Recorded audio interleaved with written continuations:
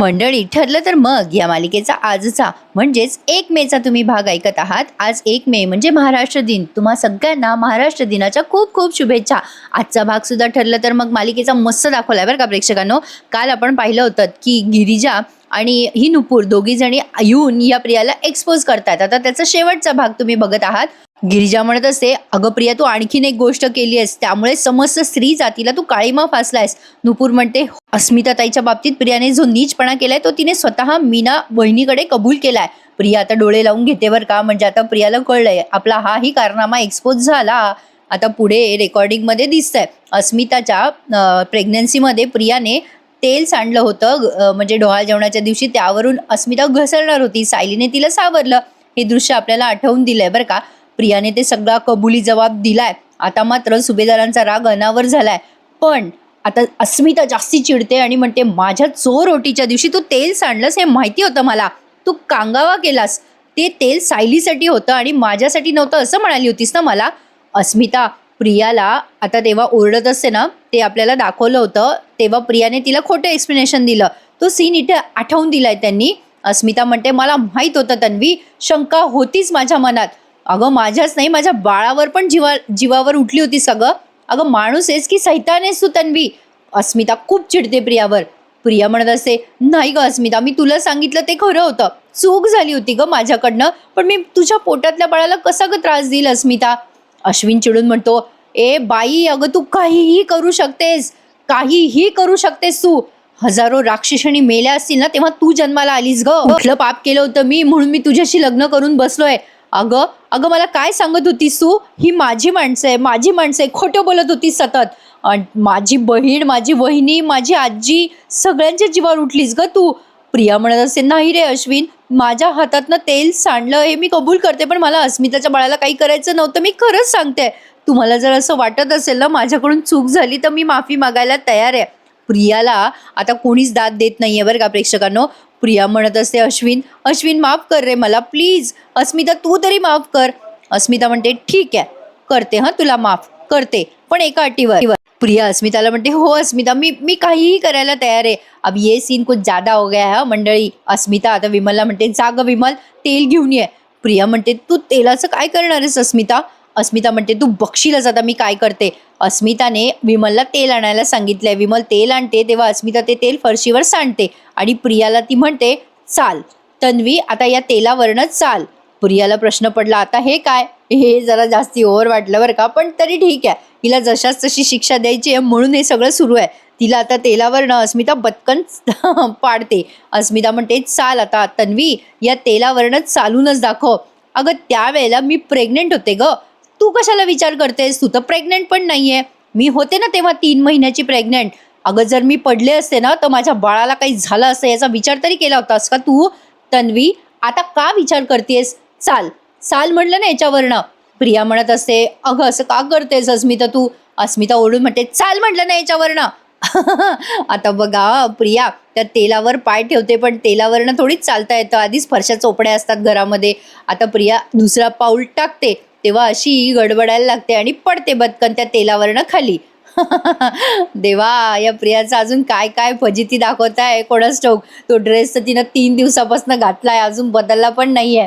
त्याच ड्रेसवर आहे ती. पण चला, आज सुभेदारांना तिची थोडी दया आली आहे, माणुसकी म्हणून का होईना, पण त्यांनी तिला काही सामान दिलंय बरं का खाय प्यायला. आणि त्यातनं हाईट काय झाली आहे ते बघा पुढे. प्रिया पडते बदकन आणि कंबरडं मोडतं. अस्मिता म्हणते, तुला माहिती आहे ना मी अशीच पडणार होते. तेव्हा सायलीने मला धरलं नसतं ना तर माझ्या बाळाचं काही झालं असतं तन्वी. नुपूर म्हणते, प्रिया अगं तू तेल सांडलं होतंस हे यांना माहित होतं, तरी त्यांनी तुला तेव्हा माफ केलं. पण तरी तुला या सगळ्या मोठ्या मनाचा माणसांचा मोठेपणा दिसला नाही का? नुपूर गिरिजा म्हणते, अगं काय ग प्रिया, अगं या सगळ्यांनी तुझ्यावर किती प्रेम केलं. अगं त्यांनी तुला मनापासून आपलं मानलं होतं, पण आता मात्र तुझे खरे रंग दिसतायत ना त्यांना. आता त्यांनी तुला दूर केलंय ग स्वतःपासनं. पण त्यावेळेला तुला एकदाही असं वाटलं नाही की यांना इजा करू नये. अगं प्रिया, त्या अस्मिताच्या पोटातल्या बाळाला पण सोडलं नाहीस ग तू. प्रतापराव म्हणतात, तन्वी तुझी प्रत्येक चूक आतापर्यंत आम्ही पोटात घातली ही आमची सगळ्यात मोठी चूक होती. आमच्या पाठीमागे तू काय काय करतेस ना हे कधी आम्हाला कळलंच नाही ग. आता कल्पनाताई पण चिडून म्हणतात, अगं तुझ्यावरच्या मायेला, कल्पनाताई म्हणतात, तुझ्यावरच्या मायेने तर आम्ही आंधळे झालो होतो ग, तू तर वाटोळं करायला निघालीस माझ्या घराचं. अश्विन म्हणतो, अगं आता आमचे डोळे उघडलेत ग, मम्मा डॅड तर तुला माफ करतील कदाचित, पण मी तर मरेपर्यंत तुला माफ करणार नाहीये. प्रिया म्हणत असते, अश्विन अश्विन नको ना रे डोकाला जाऊ, तुझं माझ्यावर प्रेम आहे ना, तुझ्याशिवाय मला कोणाचा आधार आहे रे अश्विन, असं नको करू रे. सायली म्हणते, अगं तुझा प्रत्येक आधार तुझ्या कर्माने घालवलायस ग प्रिया, कशाला आता अश्विन भाऊजीचा आधार मागतेस. अर्जुन म्हणत असतो, मम्मा कशाची वाट बघतेस तू, अगं आपण हिला घराच्या बाहेर काढलं होतं ना, ही केव्हापासून घरातच आहे, हिला बाहेर काढा. अर्जुनने असं म्हटल्यावर प्रिया म्हणते, नाही नाही मला घराच्या बाहेर काढू नका, सुभेदारांची सून जर अशी गार्डनमध्ये चिखलात राहायला लागली तर तुमच्या घराची अब्रू जाईल, प्लीज प्लीज मला एकदा माफ करा, मला एक संधी द्या. कल्पनाताई म्हणतात, आता एक शब्दही बोलायचा नाहीयेस, चल चल माझ्याबरोबर. कल्पनाताईंना सायली खुणवते बरं का. कल्पनाताई आता तिला स्टोरूममध्ये नेऊन टाकतात. आता काय झालं माहिती का प्रेक्षकांनो, एक इनोसंट प्रश्न विचारला माझ्या मुलाने काल. आता मुलं काही माझी रेग्युलर सिरियल बघत नाही, आता एखाद्या वेळेला मी रिव्ह्यू देते तर ते ऐकतात.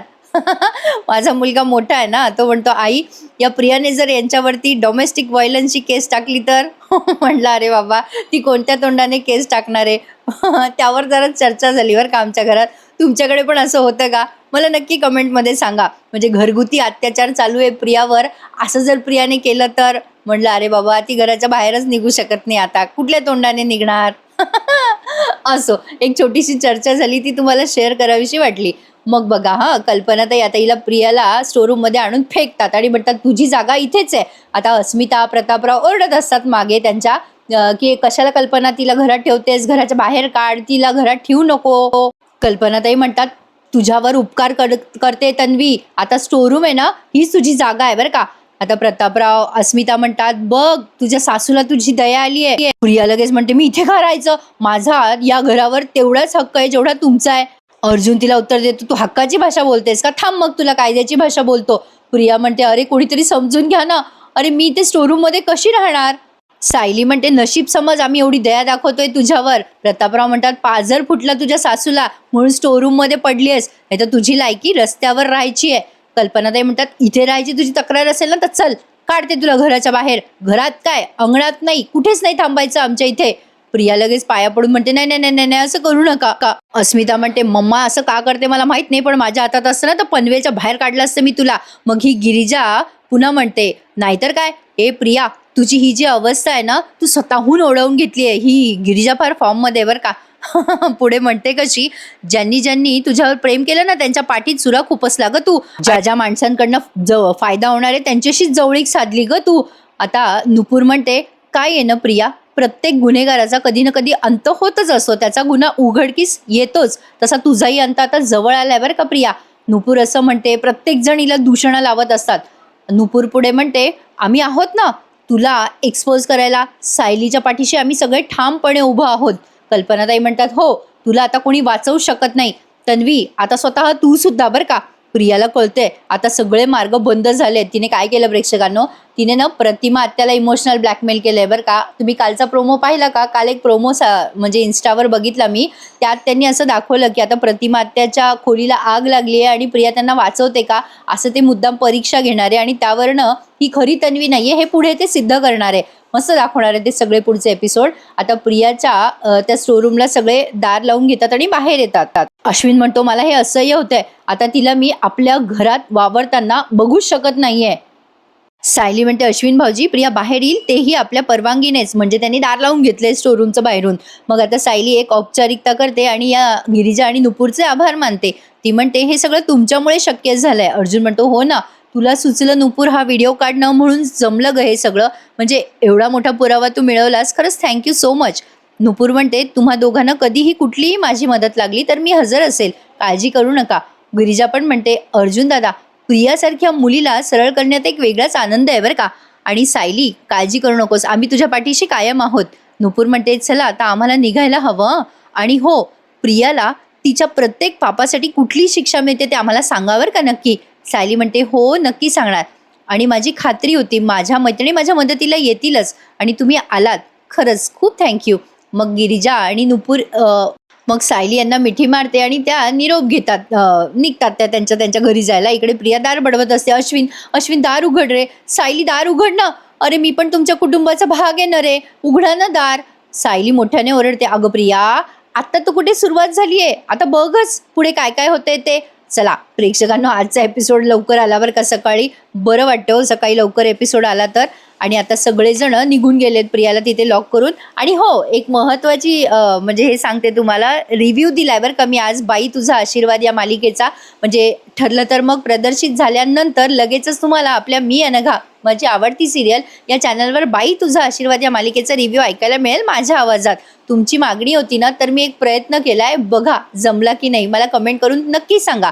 प्रिया म्हणत असते आता मनाशीच, मला आता कुठलाच आधार शिल्लक राहिलेला नाहीये. प्रिया विचार करते, अश्विन माझ्याकडून होता त्यामुळे माझं या घरावर राज्य होतं, या घरावर ताबा होता. आता काय करू मी? अश्विन तर माझ्या हातातून निसटलाय. अर्जुन सायली माझ्या विरोधात एक एक पत्ते उघडतायत. आता त्यांनी जर सांगितलं मी तन्वी नाहीये तर बापरे, सगळे तर लात मारून मला बाहेर काढतील. माझ्या हातात एकतरी असा पत्ता हवा जो मला या घरात टिकून ठेवू शकेल. कोण करेल माझी मदत, कोण करेल? प्रिया आता खूप वेळ विचार करते आणि तिला प्रतिमा आत्याचं नाव आठवतं. प्रिया मग विचार करते, मुलगी संकटात असेल तर आई धावून येणारच मदतीला. हिने जर प्रतिमाने या घरात शब्द टाकला तर मला या घरातून कोणीच काढू शकणार नाहीये. मला आता या प्रतिमाला फोन लावायला हवा. प्रिया आता तिचा मोबाईल शोधते आणि हातात फोन घेऊन प्रतिमा आत्याला कॉल करते. प्रतिमा आत्याला ती इमोशनल ब्लॅकमेल करते बरं का. प्रतिमा आत्या काहीतरी काम करत असतात, तेवढ्यात बघतात की तन्वीचा फोन आहे. अजून यांना माहिती नाही बरं का प्रेक्षकांनो हिच्या बाबतीत काय चालू आहे म्हणून, त्यामुळे याचाच फायदा आता प्रिया घेणार आहे. पण तरी सुद्धा तिचा हाही वार फेल जाणार आहे बरं का मंडळी. काहीतरी ती प्रयत्न करते असं ते दाखवत आहेत. प्रतिमा आत्या सुमनला म्हणतात, अगो तन्वीचा कॉल आहे. प्रिया आता फोन उचलल्या म्हणते, आई आई कशी आहेस ग तू? मला तुझी खूप आठवण येत होती. हे ऐकल्यावर प्रतिमा आत्याच्या पायाखालची जमीन सरकली आहे. म्हणजे हिला आईची आठवण येत होती, हे कमालच आहे. प्रिया म्हणते, आई रात्री मला स्वप्न पडलं ग. अगं अगं तू मला सोडून गेली असं मला स्वप्न पडलं. मी तुला हाका मारत होते, आई तू मला सोडून जाऊ नको, तरी तू मला सोडून गेलीसच ग आई. आई मला वचन दे ग, तू मला सोडून कधीच जाणार नाही. आता प्रतिमा आत्या म्हणतात, तन्वी मी का तुला सोडून जाईल ग? प्रिया आता त्यांना इमोशनल ब्लॅकमेल करत म्हणते, आई माझं लहानपण तुझ्याशिवाय गेलं ग. आई आता तू गेलीस ना सोडून मला, तर मला सहन नाही होणार ग, मी जगूच शकणार नाही. प्रतिमा आत्या म्हणतात, अगं तन्वी असं अभद्र का बोलतेस? प्रिया म्हणते, आई तू मला माहेरपणाला बोलवत होतीस ना, मी विचार करत होते की मी 1-2 दिवसात घरी येते. मला तुझ्याबरोबर बाबांबरोबर गप्पा मारायच्या आहेत, तुमच्यासोबत मला वेळ घालवायचा आहे. पण इथे प्रियाचा पचका होतो बरं का प्रेक्षकांनो. आता प्रतिमा आत्या काय म्हणतात बघा तिला. प्रतिमा आत्या आधी तर काही बोलतच नाही. प्रिया म्हणते, हॅलो आई तू ऐकतेस ना? अगं मी तिथे आलेलं तुला आवडणार नाही का? प्रतिमा आत्या म्हणतात, अगं माझी तशी काही हरकत नाही आहे, पण तुझ्या बाबाला नाही ग आवडणार तन्वी. अगं आपण एक काम करूयात बरं का, तू आत्ता लगेच नको येऊसा राहायला. तुझे बाबा आज येणार आहेत बघ परत, पुढच्या आठवड्यात जाणार आहेत ते कोल्हापूरला कामाला, तेव्हा मी कळवेल तुला. मग आपण दोघी ठरवूयात. मग लगेच प्रिया म्हणते, हो आई तुम्हाला नाही दुखवायचं मला, तू म्हणशील तसं करूयात. सुमनताईला तर नवलच वाटतंय प्रियाच्या बोलण्याचं. प्रिया म्हणत असते, आई एवढं लक्षात ठेव, तू आणि बाबा कायम माझ्या मनात असणार आहात. तुमची समजूत काढून मी पुन्हा तुमचं मन जिंकेल. आई तू म्हणशील तसं. मी ठेवते फोन, तुझ्या तब्येतीची काळजी घे आई. असं म्हणून प्रिया आता फोन ठेवते बरं का. पण प्रतिमा आत्याला तिच्या बोलण्याचं नवलच वाटतंय. प्रियाने फोन ठेवलाय. प्रतिमा आत्या इकडे सुमनताईला म्हणत असतात, काय ग सुमन, तन्वी हे सगळं खरंच मनापासून बोलत असेल का ग? मग सुमनताई म्हणतात, अहो वहिनी तिच्या मनाचा थांग पत्ता लागतो का? पण ठीक आहे, ती जर बदलली असेल तर चांगली गोष्ट आहे. ती जर एक पाऊल पुढे टाकत असेल तर आपणही एक पाऊल पुढे टाकू. तुम्ही तुमच्या बाजूने तुमचं नातं सुधारण्याचा प्रयत्न करा. प्रतिमा आत्या म्हणतात, बाई मला तर तन्वीचं काही कळतच नाही, पण मी हे अर्जुन सायलीला कळवते बरं का लगेच. प्रतिमा आत्या हे कळवण्यासाठी आता फोन लावतात बरं का. पण तत्पूर्वी त्यांनी ना प्रेक्षकांनो यापुढचा सीन घेतलाय त्यांनी सुभेदारांचा. आता सायली आणि अर्जुन कुठेतरी बाहेर गेलेले असतात. मग प्रतापराव विचारतात, काय ग कल्पना, अर्जुन सायली अजून आले नाही का? मग त्या म्हणतात, येतील आता थोड्या वेळातच. मग अश्विन म्हणत असतो, हे सगळं खरं आहे डॅड, पण मला आता कळलं की माझ्या नशिबात खरं प्रेम नाहीये. मग अस्मिता त्याला समजवते, अरे अश्विन असं कशाला विचार करतोयस, कशाला स्वतःच्या नशिबाला दोष देतोयस रे? असं काही नसतं बरं का. आपण मनापासून आपल्या पार्टनरवर भरभरून प्रेम केलंय, पण आपल्या जोडीदाराला त्याची कदर नाहीये, हा दोष तुझा कसा असेल? आपलाही नाहीये रे हा दोष. समोरचा प्रामाणिक नाहीये ही त्याची चूक आहे, आपली नाही. अस्मिताच्या बाबतीत पण हेच झालंय ना एक्झॅक्टली, म्हणून ती अश्विनला असं समजवते. साहजिक आहे. तेवढ्यात अर्जुन सायली तिथे आलेत. अर्जुन म्हणतो, मम्मा बोलवलंस आम्हाला? आता कल्पनाताई काही बोलणार तेवढ्यात सायलीला या प्रतिमा आत्याचा व्हिडिओ कॉल आलाय. सायली म्हणते आई प्रतिमा आत्याचा व्हिडिओ कॉल आलाय. सायली तो कॉल रिसीव्ह करत म्हणते हां प्रतिमा आत्या बोला. प्रतिमा आत्या तिला म्हणतात कामात आहेस का गं सायली. सायली म्हणते आत्या तुम्ही का फोन केलायत. मग प्रतिमा आत्या म्हणतात अगं तू आणि अर्जुन येताल का गं उद्या माझ्या घरी, म्हणजे जरा बोलायचं होतं तुमच्याशी. आता या बाबतीतच त्यांना बोलायचं होतं. कळवतात त्या सायलीला, पण ते उद्याच्या भागात बरं का. सायली म्हणते आत्या काय झालं, काही महत्त्वाचं काम होतं का. प्रतिमा आत्या म्हणतात काम नाही ग असं, पण सहजच याल का तुम्ही दोघं, अर्जुनला पण घेऊन ये हं. मग कल्पनाताई ते ऐकतात बोलणं आणि सायलीला म्हणतात आणि इकडे सायली मला बोलू दे बरं प्रतिमाशी. कल्पनाताई त्यांच्या हातात फोन घेतात आणि प्रतिमा आत्याशी व्हिडिओ कॉलवर बोलतात. त्या म्हणतात अगं प्रतिमा, अगं तू उद्या बोलवतेस का अर्जुन सायलीला, म्हणजे मी ना त्या दोघांना असं सध्या बाहेर नाही जाऊ देत ग. सायली अर्जुन एकमेकांकडे बघायला लागतात. कल्पनाताई म्हणतात अगं उद्या ना मी मंदिरात जरा अभिषेक करायचं ठरवलंय, म्हणजे बघ ना अगं अर्जुन सायलीचा ॲक्सिडेंट झाला, म्हणजे किती काय काय वाईट गोष्टी घडल्या ना त्यांच्या आयुष्यात. अर्जुनला अटक पण झाली होती. आता मला कुठलं संकट नको आहे गं पोरांवर, म्हणूनच म्हटलं की त्यांच्या नावाने जरा अभिषेक करूयात. प्रतिमा त्या म्हणतात ठीक आहे कल्पना, हरकत नाही. प्रतिमा त्याला त्या पुढे म्हणतात अगं प्रतिमा तुला मी फोन करणारच होते की तू पण आमच्याबरोबर मंदिरात ये, तू घरीच ये हं, मग आपण एकत्र जाऊयात मंदिरात. प्रतिमात्या म्हणतात बरं कल्पना हरकत नाही, मी येईल हं घरी, असं म्हणून प्रतिमात्या फोन ठेवून देतात. आता बघा हां, प्रतिमात्या उद्या आता यांच्या घरी येतात तेव्हा सगळं काही सांगतात प्रियाच्या बाबतीत, काय बोलली प्रिया काय नाही. मग तेव्हा सायली आणि प्रतिमात्या एक प्लॅन ठरवतात. हे आता आपल्याला उद्याच्या भागात दिसणार आहे. अस्मिता म्हणते मम्मा हे काय काढलंयस मंदिरात जाण्याचं अभिषेकाचं. मग कल्पना म्हणतात काही नाही ग, येऊ आम्ही लवकर घरी परतच. आता अर्जुन सहज म्हणतो काय झालं ग सायली, कसला एवढा विचार करतेस. सायली म्हणते प्रतिमात्याने आपल्या दोघांनाच का बोलवलं, काही बोलायचं असेल का त्यांना आपल्याशी. अर्जुन म्हणतो कळलं नाही ग काही, पण उद्या येईलच ना त्या, तेव्हा बोल ना तू तिच्याशी. मग कल्पनाताई म्हणतात अरे अर्जुन तू आहेस ना उद्या. अर्जुन म्हणतो हो मम्मा आहे मी, पण एक काम करून येईल हं मंदिरात डायरेक्ट. प्रतापराव म्हणतात अरे अभिषेक तर अर्जुन सायलीला करायचा आहे ना. कल्पनाताई म्हणतात नाही अहो अभिषेक आपणच करणार आहोत या दोघांसाठी. अर्जुन तुझं काम आटपून ये हं वेळेवर, पण नक्की ये बरं का.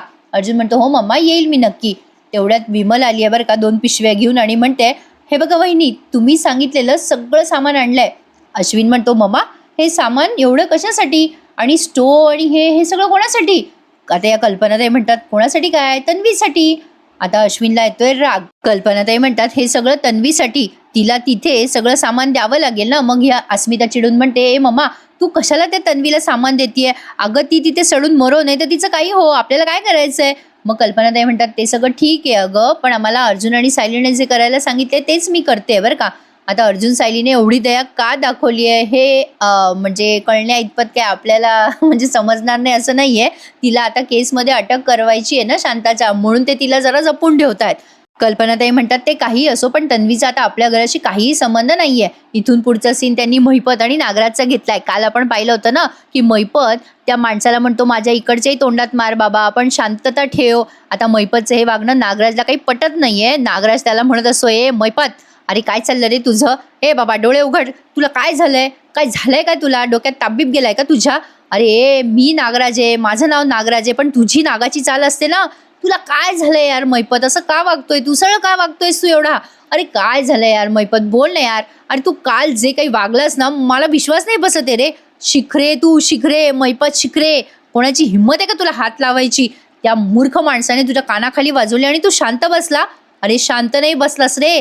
अरे तू त्याला काय म्हणालास की दुसऱ्या कानाखाली मार.